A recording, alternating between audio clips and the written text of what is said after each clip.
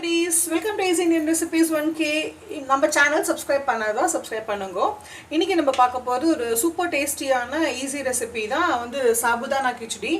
இது நான் என்ன பண்ணியிருந்தேன்னா நான் வந்து நல்லா வாஷ் பண்ணிட்டு சாபுதானா ஒரு 2 to 3 hours ஊற வச்சிட்டேன். அதுக்கப்புறம் அதை ட்ரெயின் பண்ணி வச்சிருக்கேன். நம்ம என்ன பண்ணியிருக்கோம்னா இப்போ ஒரு கடாய் சுட வச்சிருக்கேன். அதில் சஃபிஷியண்டாக ஆயில் போட்டிருக்கேன். இதில் கடுகு சேர்த்துடலாம். கடுகு பொரியட்டும்.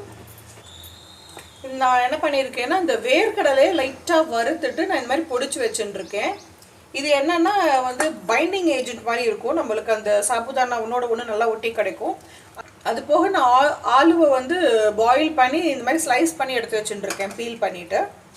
இப்போ கடுகு வெடிச்செடுத்து நம்ம உரத் தால் அண்ட் சனா தால் உளுத்தம்பருப்பு கடலை பருப்பு சேர்த்துக்கலாம். இது நல்லா லிபரலாக சேர்த்துக்கலாம். கொஞ்சமாக ஜீரகம் சேர்த்துக்கலாம். நான் ஜஸ்ட் ஒரு டேபிள் ஸ்பூன் அளவுக்கு நான் வேர்க்கடலையே வறுத்து வச்சுருக்கேன். அது வந்து வெங்காயம் வதங்கிறது சேர்த்துக்கலாம். இதில் வந்து தேவையான அளவு பச்சை மிளகாய், கருவேப்பிலை, வெங்காயம்.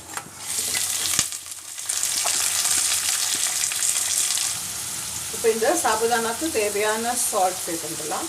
இப்போ இது நல்லா வதங்கின்னு இருக்கிறது நம்ம ஒரு 1 inch ஜிஞ்சரை நம்ம நல்லா கிரேட் பண்ணி சேர்த்துக்கலாம்.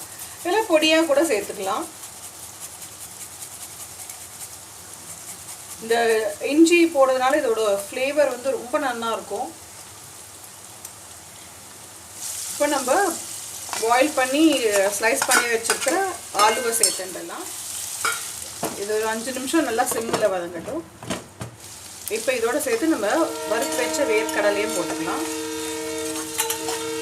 இப்போ இந்த ஊற வச்சு வடித்து வச்ச நம்ம இந்த சாபுதானாவை சேர்த்துக்கலாம்.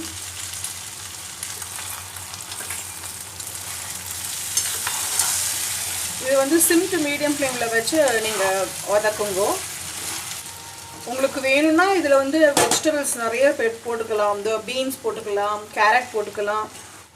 இதை மூடி வச்சிடலாம்.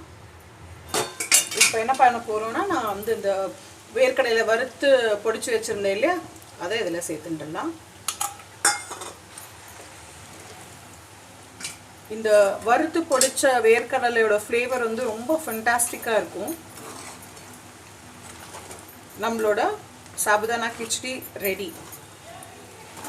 இதெல்லாம் ஈவன் ஒரு மிக்ஸ் கொடுத்துட்டா ரெடி ஆகிடுதான். கொஞ்சமாக எலுமிச்சம்பழம் ஜூஸ் எடுத்து விட்டுறலாம். இது வந்து ஆப்ஷனல் தான்.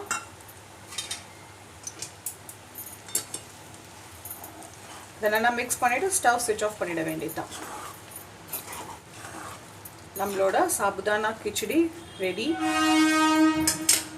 இந்த மாதிரி ஈஸி அண்ட் இன்ட்ரெஸ்டிங் ரெசிபீஸ் நம்ம சேனலில் நிறைய இருக்குது. Stay tune for more easy recipes. Thank you for வாட்சிங். பை பாய்.